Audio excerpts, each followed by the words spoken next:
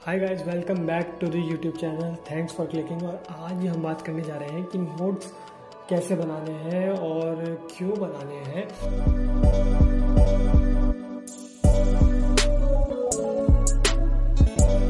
Notes जो होते हैं वो काफ़ी इम्पोर्टेंट होते हैं क्योंकि पूरे साल जो आपको पढ़ाई करनी है, अपनी प्रिपरेशन करनी है, वो आप उन्हीं नोट्स को जो आप नोट्स बनाते हैं उसमें से करनी होती है और वही आपको एज अ फोटोग्राफिक मेमोरी आपके दिमाग में रजिस्टर होता है। और जो MCQs होते हैं और इनकरेक्ट क्वेश्चन होते हैं वो भी आप उसी में लिखते हैं। और इसलिए ज़रूरी है कि जो आपके नोट्स हों वो साइंटिफिक हों और बहुत ही नीट एंड क्लीन हो, ताकि आपको जो रिवीजन है आपका उसके लिए भी बहुत इसेंशियल होते हैं। रिवीजन के टाइम भी आपको बहुत काम आए। और साथ ही साथ में जो आप पार्ट टाइम टेस्ट देते हैं और फुल टेस्ट देते हैं, क्लास 11th के हो, 12th के हो, चाहे आधे सिलेबस के हो, तो उसमें भी आपको बहुत काम आए।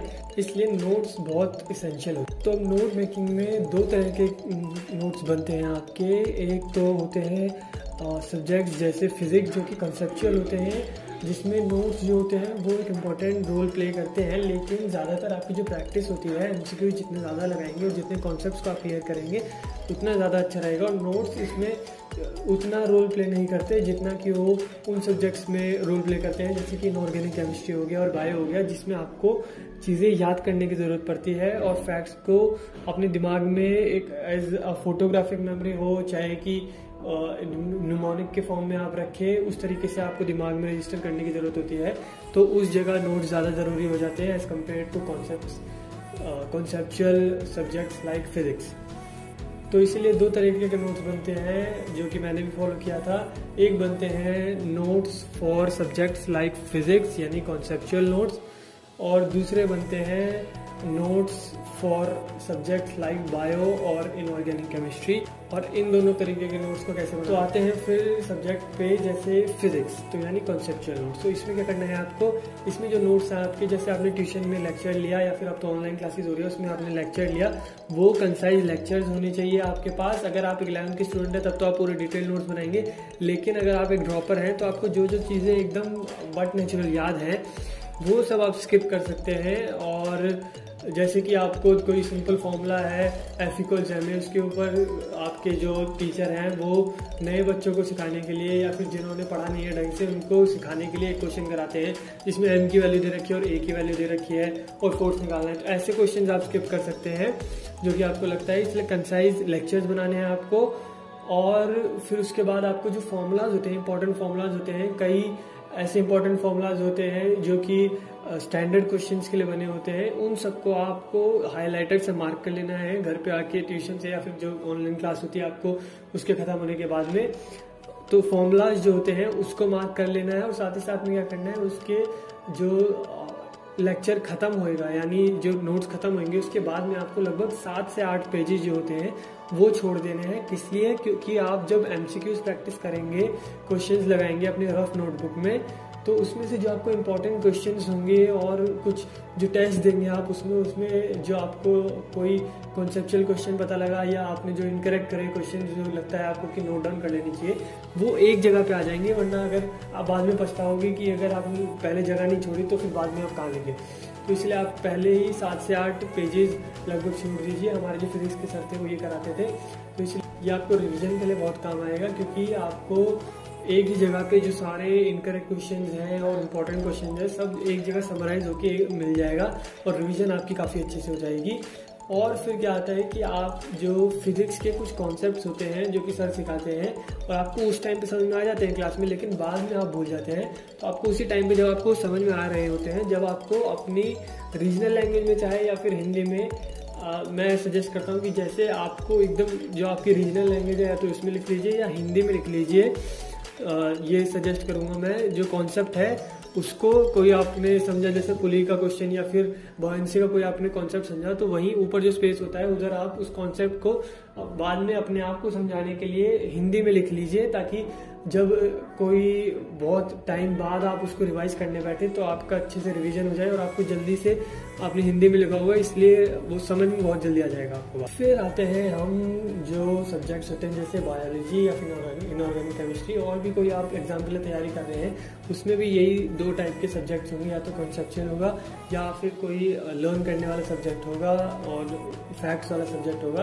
तो इनऑर्गेनिक केमिस्ट्री और बायो जैसे सब्जेक्ट के लिए क्या करना है, इसमें आपका जो नोट्स होते हैं वो बहुत बड़ा रोल प्ले करते हैं, इसलिए आपको आपके नोट्स जो है पहले से ढंग से प्लान करके बनाने हैं। और अगर आपने नहीं बनाए तो भी कोई घबराने वाली बात नहीं है, आप परफेक्ट कर सकते हैं जो अपने पिछले नोट्स हैं उसको, और आगे से आप ये बात ध्यान रख सकते हैं। तो कैसे बनाने हैं आपको नोट्स, एक जो मैंने स्ट्रैटेजी फॉलो करी थी और देखा था, एक्टिव रिकॉल जो एक प्रोसेस होता है वो बहुत ज़रूरी होता है आपके जो लर्न करने वाले सब्जेक्ट्स होते हैं उसके लिए। तो आपको कैसे नोट्स बनाने हैं कि आपको जैसे आपने एनसीईआरटी ली और उसमें से आपको कंसाइज वे में पहले तो बना लेने हैं नोट्स।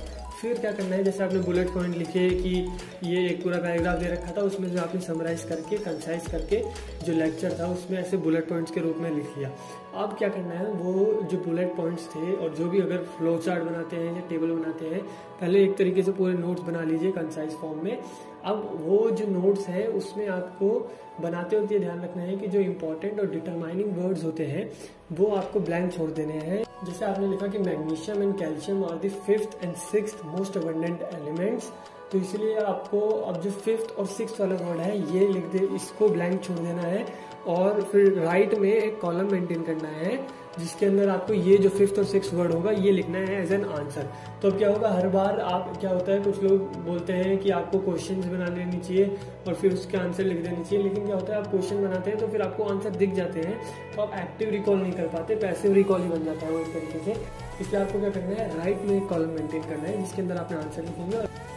अगली बार जब आप पढ़ें तो आपको राइट साइड पे हाथ रख लेना है और फिर पढ़ना है कि magnesium and calcium are the dash and dash most abundant elements, और फिर आपको दिमाग से आपको बाहर निकलवानी है इंफॉर्मेशन और एक्टिव रिकॉल करना है कि क्या लिखा था मैंने पिछली बार।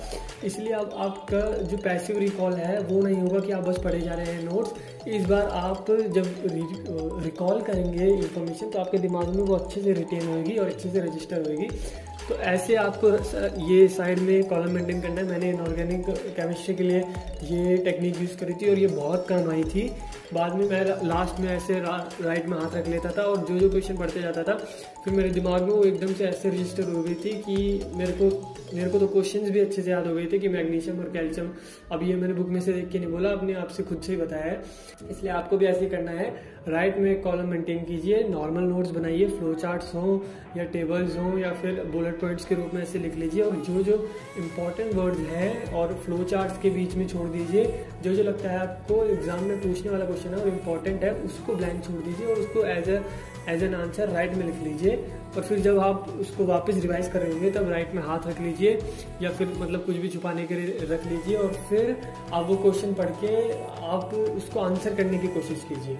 और जब नहीं आता फिर आप जब उसको देखेंगे तो आपके दिमाग में अच्छे से रजिस्टर है। फिर गाइस आज के लिए बस इतना ही। ये नोट मेकिंग टिप्स अगर आप फॉलो करेंगे तो आपके जो एग्ज़ाम है वो निकालने के चांसेस बहुत बढ़ जाते हैं, क्योंकि इससे आपका जो एफिशिएंटली पढ़ना होता है वो बहुत ज़्यादा बढ़ जाता है और आपके दिमाग में जो इन्फॉर्मेशन होती है वो काफ़ी अच्छे से रिटेन होती है। मैंने इनऑर्गेनिक केमिस्ट्री के लिए फॉलो किया था और मेरे को उससे बहुत ज़्यादा हेल्प हुई थी। इनऑर्गेनिक केमिस्ट्री मेरी बहुत बिगड़ी हुई थी। आप शुरुआत से अगर ये करते हैं तो आप दूसरों से काफ़ी ज़्यादा आगे निकल जाएंगे, काफ़ी ज़्यादा हेड स्टार्ट मिल जाएगा आपको।